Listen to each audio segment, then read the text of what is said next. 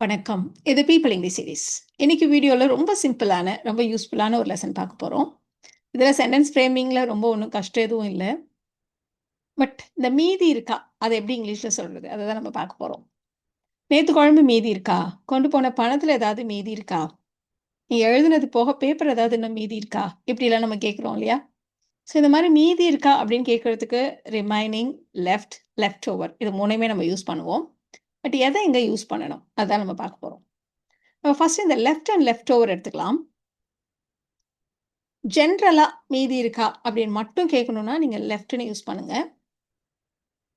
பயன்படுத்தினது போக மீதி இருக்கா அப்படின்னு கேட்கணுமானா, லெஃப்ட் ஓவர யூஸ் பண்ணுங்க. அவ்வளோதான் டிஃபரன்ஸ். இப்போ ஃபர்ஸ்ட் இந்த லெஃப்ட்க்கு எக்ஸாம்பிள்ஸ் பார்த்துடலாம். எவ்வளோ பணம் மீதி இருக்கு? பொதுவா கேட்குறோம். செலவழிச்சது போக எவ்வளோ இருக்குன்னு கேட்கல. எவ்வளோ பணம் மீதி இருக்குன்னு மட்டும் கேட்குறோம். இப்போ பணம்ன்றதுனால ஹவ் மச். இப்போ how much money is left. How much money is left. அவ்வளோதான். இப்போ என்கிட்ட கொஞ்சம் பணம் மீதி இருக்கு. என்ன மீன் பண்றோம்னா, என்கிட்ட கொஞ்சம் பணம் இருக்கு. அததான் நாம என்கிட்ட கொஞ்சம் பணம் மீதி இருக்குன்னு சொல்றோம். அப்ப I have some money left. I have some money left.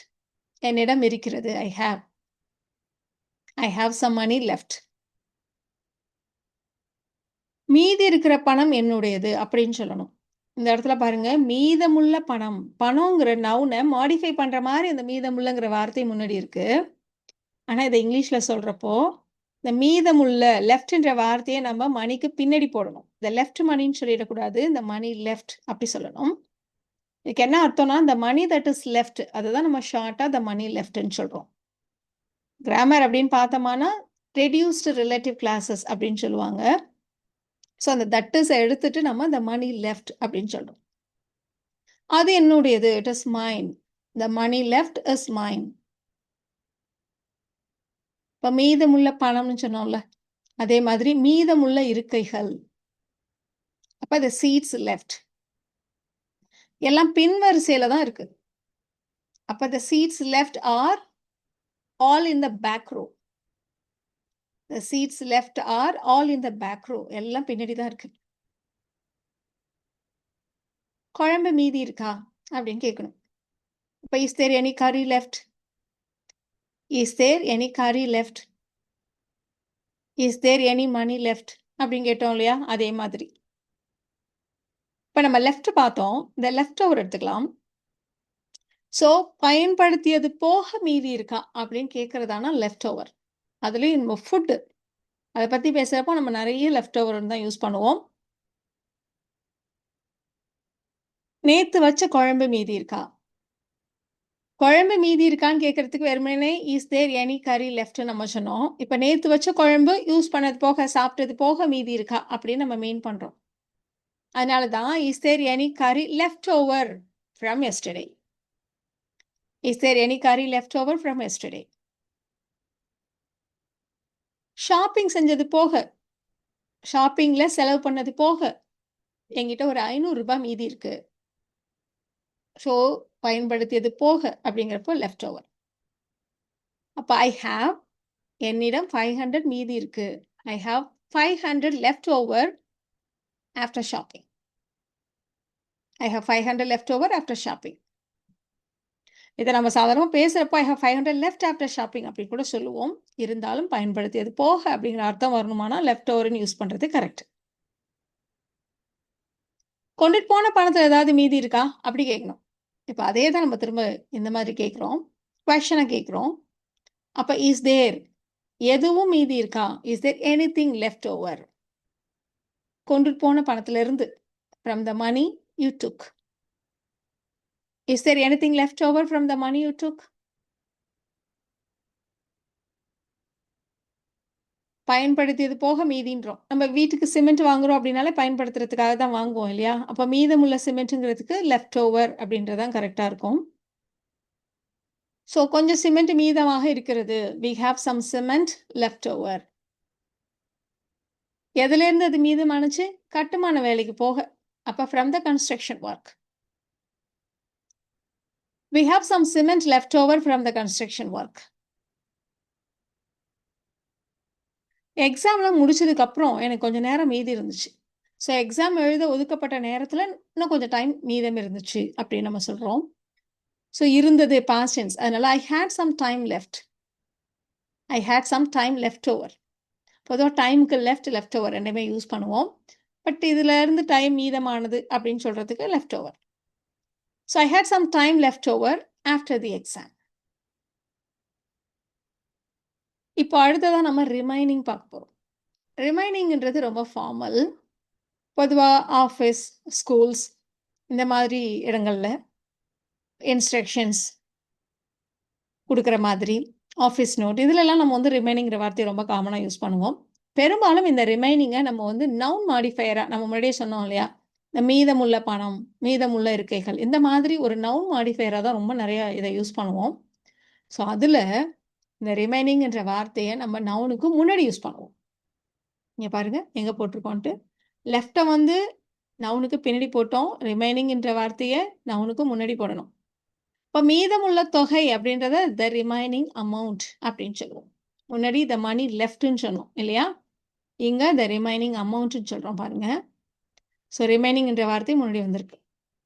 So 30 நாட்களுக்குள் செலுத்த வேண்டும். யார் செலுத்த வேண்டும்? சப்ஜெக்ட்ட பத்தி நம்ம சொல்லல. அதனால இத நம்ம பாசிவ் வாய்ஸ்ல சொல்லலாம். The remaining amount must be paid within 30 days. இதே மாரி தான் பாருங்க. மீதி நேரம், மீதமுள்ள நேரம். மீதி நேரத்துல நீ என்ன பண்ணுவ? மீதி நேரம் அப்படின்னா the remaining time. What will you do with the remaining time? Of course நீங்க வந்து இந்த சென்டென்ஸ் வந்து ரொம்ப ஒரு ஃபார்மலான சென்டென்ஸ் இல்ல இல்லையா? ஸோ இதுக்கு நீங்க லெஃப்ட் கூட யூஸ் பண்ணலாம். What will you do with the time left? அவ்வளோதான். மீதமுள்ள கேள்விகள். The remaining questions. ஸோ மீதமுள்ள கேள்விகளுக்கு பதிலளியுங்கள் அப்படின்னா please answer the remaining questions.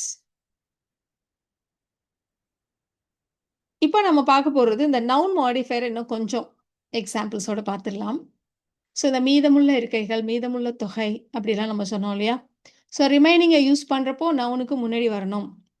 மீதமுள்ள நேரம் அப்படின்னா த ரிமைனிங் டைம். மீதமுள்ள பணம் அப்படின்னா த ரிமைனிங் மணி. மீதமுள்ள மாணவர்கள் அப்படின்னா த ரிமைனிங் ஸ்டூடெண்ட்ஸ். இப்படி நம்ம போடுவோம். லெஃப்ட்டை யூஸ் பண்ணுறப்போ மீதமுள்ள நேரம் அப்படின்னா த டைம் லெஃப்ட். மீதமுள்ள பணம் அப்படின்னா த மணி லெஃப்ட். மீதமுள்ள மாணவர்கள் அப்படின்னு சொல்றதுக்கு த ஸ்டூடெண்ட்ஸ் லெஃப்ட்ன்னு சொல்லலாமா? த ஸ்டூடெண்ட்ஸ் லெஃப்ட்னா ஸ்டூடெண்ட்ஸ் போயிட்டாங்க. லீவ் உடைய பாஸ்ட் டென்ஸ் லெஃப்ட் அப்படின்ற மாதிரி அர்த்தம் வந்துடும். அதனால அந்த மாதிரி இடங்கள்ல நம்ம லெஃப்ட்னு யூஸ் பண்றது இல்ல. த ரிமைனிங் ஸ்டூடெண்ட்ஸ்ன்னு தான் நம்ம யூஸ் பண்ணுவோம். இப்போ நம்ம லெஃப்ட் அண்ட் ரிமைனிங் பார்த்தோம். லெஃப்ட் ஓவர் எங்க வரணும்? ஸோ நம்ம எங்கெல்லாம் யூஸ் பண்ணுவோம்? பயன்படுத்தியது போக மீதிங்கிற அர்த்தம் வரக்கூடிய இடங்கள்ல. சாப்பாடு. பெயிண்ட் வீட்டுக்கு யூஸ் பண்றதுக்கு தான் வாங்குவோம். அப்ப மீதம் உள்ளது அப்படின்னாலே பயன்படுத்தியது போக மீதின்னு தான் அர்த்தம் இல்லையா? அதே மாரி ஃபேப்ரிக் ஏதோ ஒண்ணு தைக்கிறதுக்காக வாங்குறோம். அப்ப மீதமுள்ள துணினா அது போக மீதி உள்ளதுன்னு தான் அர்த்தம். ஸோ அந்த இடங்கள்ல எல்லாம் நம்ம லெஃப்ட் ஓவர்ன்னு தான் யூஸ் பண்ணுவோம். லெஃப்ட் ஓவர் பாருங்க நவுனுக்கு முன்னாடி தான். ஸோ மீதமுள்ள உணவுனா லெஃப்ட் ஓவர் ஃபுட். மீதமுள்ள சாதம் லெஃப்ட் ஓவர் ரைஸ். மீதமுள்ள பெயிண்ட் லெஃப்ட் ஓவர் பெயிண்ட். மீதமுள்ள துணி லெஃப்ட் ஓவர் ஃபேப்ரிக். ஒரு சென்டென்ஸ் ஃப்ரேம் பண்ணிடலாமா?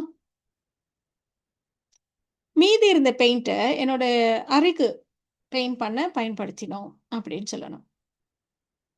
So we used the leftover paint.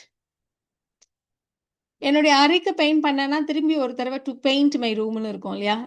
We used the leftover paint to paint my room. அது கொஞ்சம் ஒரு மாரி இருக்கு. அதனால we used the leftover paint for my room. அவ்வளோதான். மீதி இருக்கிற துணிய வச்சு நான் ஒரு பை தைத்தேன்.